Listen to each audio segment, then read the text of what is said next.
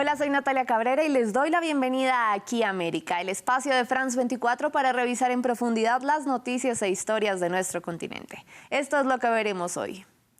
El presidente de Colombia, Iván Duque, desplegó a la policía y al ejército para desbloquear las vías que permanecen cerradas por manifestantes desde hace 3 semanas, mientras siguen las críticas por la represión de las fuerzas de seguridad a las protestas antigubernamentales. Y Chile acudió a las urnas para elegir a los redactores de su nueva constitución. Y los ciudadanos le dieron un golpe a los partidos tradicionales, eligiendo como constituyentes a una mayoría de candidatos independientes, que tendrán un año para redactar la nueva Carta Magna. Y Canadá tiene el peor registro por muertes de COVID-19 de los adultos mayores en hogares de retiro, 30% más alto que en otras naciones ricas. Revisamos por qué. Y vamos de inmediato a Colombia con nuestra historia principal. A más de 20 días de protestas en contra del presidente Iván Duque, el diálogo entre el gobierno y los organizadores del paro sigue estancado. El Comité Nacional del Paro acusó al gobierno de negarse a negociar y convocó a una nueva gran jornada de protestas para este miércoles. Los convocantes a la huelga aseguraron además que las autoridades no reconocen la gravedad y la dimensión de la violencia contra los manifestantes, que según la Defensoría del Pueblo deja más de 40 personas fallecidas por el uso excesivo de la fuerza. De acuerdo con la ONG Temblores, más de 1000 personas fueron detenidas de manera arbitraria y hubo 16 casos de violencia sexual. Sobre este último flagelo hay indignación especialmente por el caso de una joven de 17 años que se suicidó después de haber sido detenida y abusada sexualmente, presuntamente por 4 integrantes de la policía, que calificó la denuncia como falsa y ruin. La brutalidad del caso de Alison Menéndez convocó a cientos de mujeres a las calles. La policía no me cuida, me cuidan mis amigas. Esta es una de las arengas que se escuchan en las manifestaciones de Colombia para pedir justicia por las al menos 16 mujeres que han sido víctimas de violencia sexual en 15 días de protestas, según la ONG Temblores. También estamos de luto por todo lo que ha pasado en el marco del paro nacional en Colombia. Han habido cifras exacerbadas de muertes, de agresiones, de detenciones injustificadas. Durante este estallido social, la mayoría de hechos de abuso policial contra las mujeres, corroborados por organizaciones internacionales, ha ocurrido cerca de estaciones de la policía, lugares que deberían brindarles protección. El gobierno prometió eliminar las manzanas podridas. Nuestra fuerza pública actúa con obediencia absoluta a la Constitución y la ley. Todas las órdenes operativas que se imparten siempre se enmarcan en la garantía de los derechos humanos y si se presentan violaciones por conductas individuales de miembros de la fuerza pública, estas se judicializan y se investigan. Según la ONG Temblores, entre 2017 y 2019 se registraron 241 casos de violencia sexual por parte de la fuerza pública y la Procuraduría General, la encargada de investigar y sancionar a los funcionarios del Estado, no ha acusado a ningún policía por uso excesivo de la fuerza cometido en 2019 y 2020, menos aún por delitos sexuales. La violencia sexual ha sido utilizada como arma de guerra en Colombia durante años. Según cifras de la Unidad para las Víctimas, desde 1985, al menos 26.534 mujeres se han visto afectadas en el marco del conflicto armado. Las violaciones fueron cometidas por el ejército, paramilitares y guerrilleros, pero aún hay muchos casos que no salieron a la luz. Y al margen de las protestas, apenas en los 3 primeros meses de 2021 en Colombia se registraron 158 feminicidios.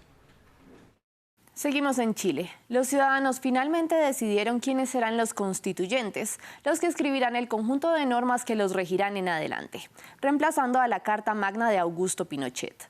La jornada estaba prevista para abril, pero fue aplazada debido al alza de contagios de COVID-19. Una jornada electoral considerada como la más importante en 3 décadas de democracia y que nació tras el estallido social de 2019. Los candidatos independientes obtuvieron un amplio triunfo dándole un mensaje claro a la derecha que gobierna el país. La convención, que será paritaria, 77 mujeres y 78 hombres, tendrá un año para redactar la nueva Carta Magna.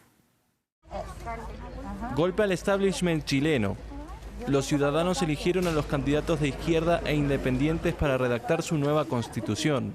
De los 155 miembros, 48 pertenecen a las listas independientes. Las 2 grandes listas de la oposición de izquierda sumaron 53 Esto, sumado a las 17 sillas reservadas para los pueblos indígenas, representa 2/3 de la Asamblea Constituyente.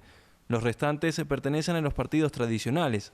El presidente Sebastián Piñera reconoció el mensaje. La ciudadanía nos ha enviado un claro y fuerte mensaje al gobierno y también a todas las fuerzas políticas tradicionales. No estamos sintonizando adecuadamente con las demandas y con los anhelos de la ciudadanía. Y estamos siendo interpelados por nuevas expresiones y por nuevos liderazgos. Para tomar decisiones se necesita el apoyo de 2/3 de la Asamblea, por lo que el resultado se traduce en que los partidos tradicionales no podrán bloquear ninguna medida para la nueva Constitución, que será redactada desde junio. Creemos que va a haber va a ser más pluralista la escritura de la nueva Constitución. Creemos que va a haber más gente participativa y eso es importante. Los cambios se van a ver, pero muy lentamente. El voto del fin de semana nació tras el estallido social de octubre de 2019, cuando miles de ciudadanos se tomaron las calles en rechazo al aumento del precio del pasaje del transporte público, dado que se trataba de la mayor alza de tarifas de la historia reciente, un incremento de 30 pesos chilenos que elevaba la tarifa a 830 pesos, poco más de $1 en la época.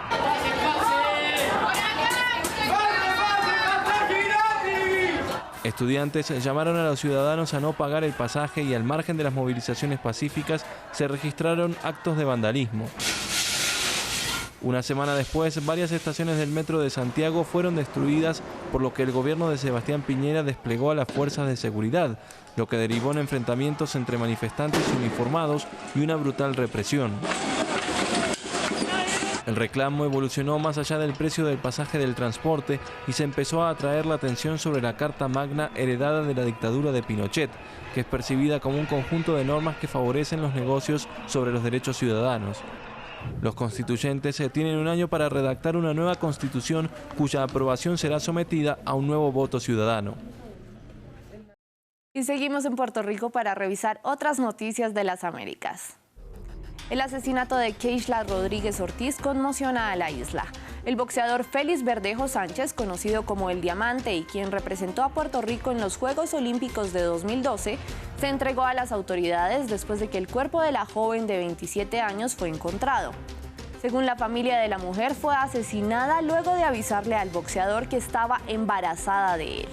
En lo corrido del año se han registrado al menos 21 feminicidios en la isla, un aumento de más del 60% respecto a 2020, cuando se registraron 60 feminicidios y por lo que se declaró el estado de emergencia en enero. Los candidatos presidenciales peruanos Pedro Castillo y Keiko Fujimori firmaron un compromiso para defender la democracia de cara a la segunda vuelta de las elecciones. Esta declaración es el resultado de una de las campañas más polarizadas en la historia del país. Ambos candidatos despiertan la desconfianza de los ciudadanos, que consideran que sus propuestas son una amenaza para la democracia y las libertades. Y Estados Unidos apoyó unas elecciones libres y justas en Venezuela, mientras que la Unión Europea aseguró que puede ser un buen momento para la oposición a Nicolás Maduro.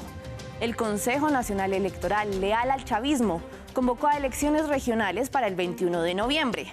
Un paso de cara a la negociación propuesta por Juan Guaidó, reconocido por más de 60 países como el presidente legítimo de Venezuela. Y el peor legado de la muerte del COVID-19 es su impacto en la población de adultos mayores. 7 de cada 10 muertes por coronavirus en Canadá se registraron en hogares de acogida de adultos mayores, 30% más que en otras naciones ricas. Las peores situaciones se vivieron en Ontario y Quebec. Revisemos por qué. La madre de Nicole está entre los 5.000 adultos mayores que murieron durante la primera ola de la pandemia, pero no murió de COVID-19. 8 días antes de su muerte, el doctor llamó para decirme que mi madre estaba completamente deshidratada. Las administraciones ordenaron que nadie ingrese al establecimiento. La madre de Nicole, que estaba bien hace unas semanas, fue abandonada a su suerte. No había personal suficientemente preparado. El personal estaba completamente abrumado. Estaba viéndola en la cámara que le configuré en su cuarto. Podía ver que sufría. Nicole quedó indefensa, viendo a su madre morir a través del teléfono. Es una de las muchas víctimas que reflejan la crisis de los servicios de cuidado a largo plazo de Quebec. De acuerdo con las autoridades de la provincia, es en esos hogares donde casi 3/4 partes de las víctimas de COVID-19 de la región murieron durante la primera ola. Los hogares de cuidado no estaban listos para la crisis. Muchas investigaciones llegaron a la misma conclusión en Quebec y otras provincias,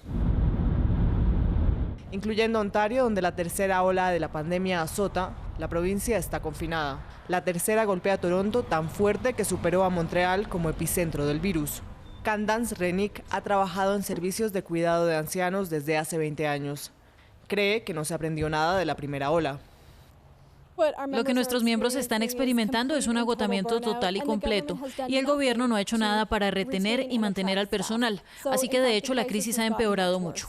Aquí, la segunda ola ha cobrado más vidas que la primera. Las organizaciones proveedoras de servicios de salud con ánimo de lucro han visto brotes de gran escala en los hogares de cuidado que manejan. La investigadora Tamara Deli cree que el modelo de negocios de esas compañías debe ser revisado. Las entidades con ánimo de lucro toman sus fondos, no están añadiendo a su personal en la misma manera en que lo hacen en el sector público o en los hogares sin ánimo de lucro. En Canadá no tendemos a valorar a las personas mayores como regla general. El ministro de Salud de Quebec prometió un plan de acción exhaustivo y el fin de las instalaciones privadas sin fondos del gobierno. En Ontario, una investigación pública independiente concluyó que no había plan para proteger a los residentes en cuidados a largo plazo. Y me despido desde París, a donde llegó el presidente Joe Biden para la reapertura de los museos. Bueno, su estatua de cera. Un sonriente mandatario estadounidense es ahora parte de la exposición del Museo de Cera de Greba, que permanecía cerrado debido a la pandemia del COVID-19. El museo aún tiene a otros expresidentes de la Unión Americana como George Bush y John F. Kennedy. El expresidente Donald Trump ya no hace parte de la muestra.